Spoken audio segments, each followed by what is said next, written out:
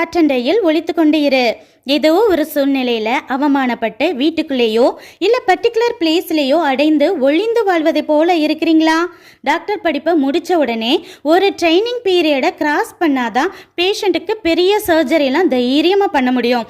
அதே போலதான் தேவத்திட்டத்தில் உள்ள நிறைய பேர் ஒளிஞ்சு கிடக்கிறதுன்னு ஒரு ட்ரைனிங்கை கடந்து தான் வந்திருப்பாங்க. யாக்கோபு, மோசே, எலியா, ஏன் சவுல் துரத்த தாவீது வந்து சீன், மாகோன், பாரான்னு அவர் ஓடின வனாந்தரங்களை நினைச்சு பார்க்கும்போதே நமக்கே மூச்சு வாங்குது. ஏன் குட்டி பிள்ளையா இருந்த நம்ம ஏசப்பாவை ஏரோது கிட்ட இருந்து காப்பாத்த எகிப்துக்கு ஓடி போன்னு யோசப்பு கிட்ட கூட தேவன் சொல்றாரு. எகிப்த தேவன் வெறுத்த போதும் டெம்பரவரியா பாதுகாப்புக்காக ஒளிந்து கொள்ள சொல்றாரு.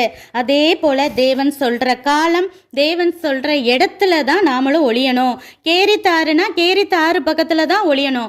வேறு இடத்துல ஒளிஞ்சா தேவ திட்டத்துல உள்ள நம்ம உயிரை தொட முடியாதுனாலும் வேறு ஆபத்துக்கள் வர சான்ஸ் இருக்கு. ஆனா ஏற்ற காலம் வந்துட்டா போதும், தேவனே உங்களை உங்கள் பிள்ளைகள் கைகளை பிடிச்சு வெளிப்பட செய்து உயர்த்தி மலையின் மேல் உள்ள பட்டணமாய் எல்லார் கண்களுக்கு முன்பாக மேன்மைப்படுத்துவார். இது நடக்கும்படி தேவன் நியமிச்ச நாளிலே ஒரு நிமிஷத்தை கூட உங்கள் சத்துருக்களால் தாமதப்படுத்த முடியாது என உணர்ந்து கான்ஃபிடென்ட்டா இருங்க. பிரகாசிக்க வாழ்த்துக்கள். நன்றி.